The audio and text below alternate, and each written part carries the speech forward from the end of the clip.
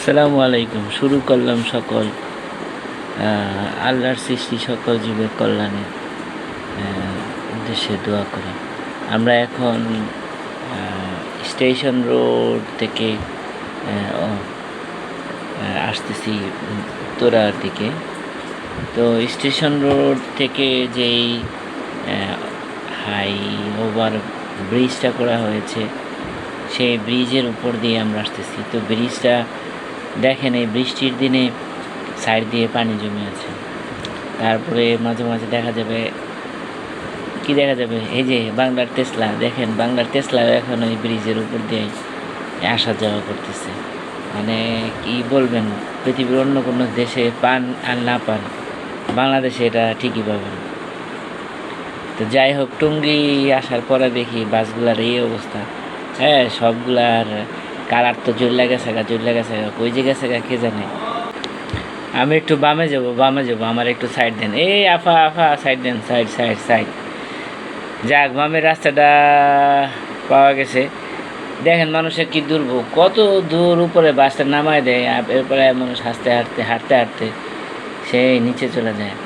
আর এই সামনেই আছে একটা মহা কি বলা যায় এটাকে, মহা গর্ত। দেখেন, আমি অবশ্যই সাইড দিয়ে কেটে কুটে আসলাম, কিন্তু এখানে সকল এখানে এসে সকল মানে যন্ত্র যাই বলেন না কেন সব এখানে দাঁড়ায় যায়। আর এরপরে আছে এই যে লাস্টে যখন আমরা ব্রিজ থেকে নামার পরে আছে মহাসমুদ্র। হ্যাঁ, মহাসমুদ্র।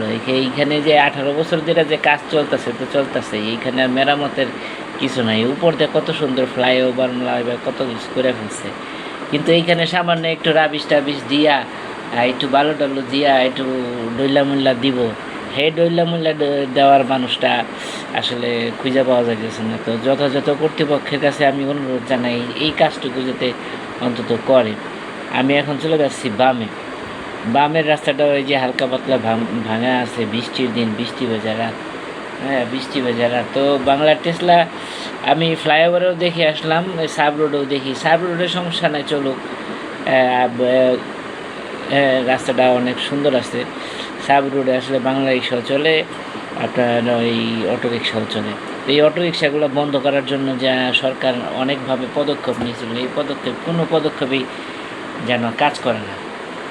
কি এক অদ্ভুত মায়া জালে এরা টিকে আছে, এবং ইনশাল্লাহ মনে হয় টিকে থাকবে। যাই হোক, দোয়া করি সবার জন্যে, সবাই যেন তার রিজিকের ব্যবস্থা করতে পারে, সেইভাবে যেন যার রিজিক সে বেছে নিতে পারে। তা আমরা এখন চলে আসছি আপনার এই হাউস বিল্ডিংয়ের কাছাকাছি। তো এই হাতের বাম পাশেই আমরা বামে ঢুকবো, বাম পাশেই দেখবেন যে অনেক ফলের দোকান আছে। আপনার যা ফল দরকার সব ফল আপনি এখানে পাবেন। আজকে বৃষ্টির দিন যার কারণে ফলের দোকানগুলো বন্ধ হয়েছে। যাই হোক, সব কিছু দেখতে সামনে আসলাম। এগিয়ে এসে দেখি এই পিক আপের অভাব নেই, এখানে যত ধরনের পিক আপ দরকার আপনার ভাড়া সব পাবেন। আবার রেল লাইনের কাছে চলে আসলাম। রেল লাইন, বা সুন্দর একটা রেল লাইন। এখানে উঠতে গেলে মনে হয় যে আমি পাহাড়ের কেওকারাডাঙ্গায় আমি এখানে উঠতেছি। যাই হোক, কাজ চলতেছে, আল্লাহর রহমতে এখানে সবই সুন্দর হয়ে যাবে। আশা করি অত দ্রুত এই কাজগুলা সমাধান হয়ে যাবে। যাক, চলে আসলাম আমরা জোনাল মার্কেটে। কিছু দূর আসার পরেই আমার একটা বন্ধুর সাথে দেখা হলো হঠাৎ করে। হ্যাঁ রে বন্ধু, কী অবস্থা, কী খবর, কই আসিল? এই সামান্য কুশল বিনিময় করলাম। আর এই যে টেসলা তো আছেই, টেসলা তো থাকবেই। হ্যাঁ, টেসলা তো থাকবেই। এই যে ওই যে আমার সাদা করা ছেলেটা আসতেছে, এটাই আমার একটা বন্ধু ছিল। বন্ধু বলতে ও আমাদের এলাকারই একটা সেলুনে কাজ করতো।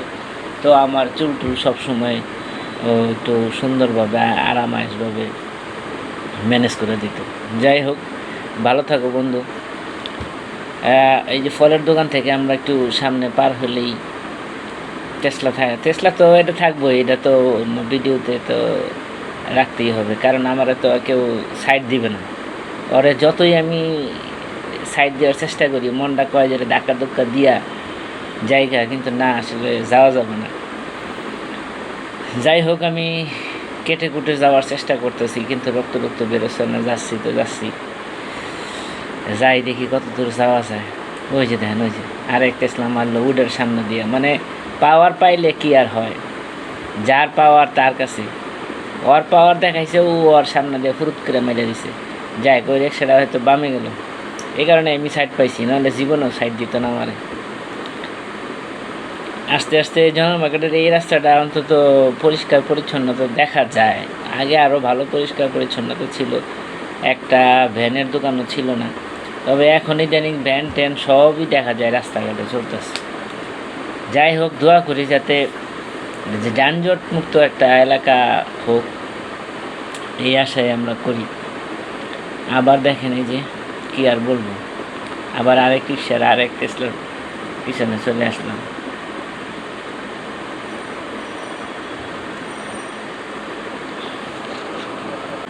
যত আমি কাটিয়ে কুটিয়ে যাওয়ার চেষ্টা করি, ও যদি ইচ্ছা করে সাইড না দেয়, আমি জীবনেও আর আগে যাইতে পারবো না। তো জয়নাল মার্কেট থেকে এই রাস্তার কাজ চলতেছে, কাজ চলমান। চলমান বলতে আসলে 1 মাস পর পর কাজ চলে এটার। এই যে ড্রেন, একবার ড্রেন করলো ফালায় রাখছে, আবার এটা করলো সেটা রাখছে ফালায় রাখছে, আবার এই যে এইভাবে সমান করে রাখছে, মানুষ যাতায়াত করতে আছে। এটা আসলে কি কারণে, কোন নির্দেশে, এটা আসলে বলা যাচ্ছে না, বা আমার এই ক্ষুদ্র জ্ঞানে এটা ধরেও না। ঠিক আছে, নাকি রাস্তাটা সমান করার জন্য চলাচলের ব্যবস্থা করেছেন। কবে যে এটা ঢালাই হবে, কবে যে মানুষ এটার উপর যাবে, আল্লাহ খোদা জানে।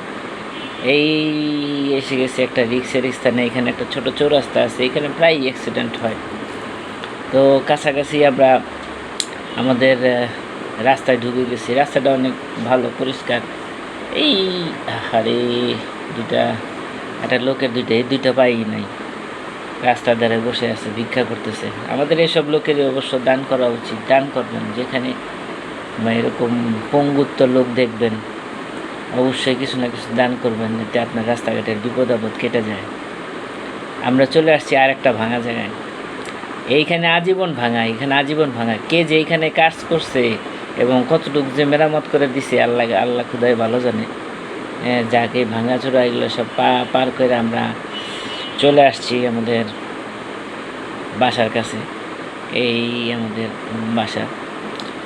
তো বাসায় যাওয়ার আগে একটা মসজিদ আছে, মসজিদের পাশ দিয়ে, হাতের ডান পাশ দিয়ে আমাদের ঢুকতে হয়। মসজিদের দেওয়ানা হাত জামে মসজিদ, মসজিদটা অনেক সুন্দর। আমি মসজিদে সবসময় নামাজ কালাম করার চেষ্টা করি। মসজিদটা ভালো, ইনশাল্লাহ একদিন সময় পাইলে এই মসজিদটার উপরে আমরা একটা প্রতিবেদন করব। একটা মসজিদটাকে আপনি দেখতে পারবেন। এই যে ভাই, যে হাতে বাম পাশের মসজিদটা। তো আমরা এখন ঢুকে যাব হাতের ডানে। হাতের ডানে আমাদের সেই কাঙ্ক্ষিত ভিআইপি রাস্তা। হ্যাঁ, এই রাস্তাটা সবসময়ই কাদা থাকে, সবসময়। কেউ মাঝে মাঝে দেখা যায়, ও ওই যে দুইজন ভালো লোক কাজ করতেছে, দেখেন যে পানি জমছে, এই করতেছে।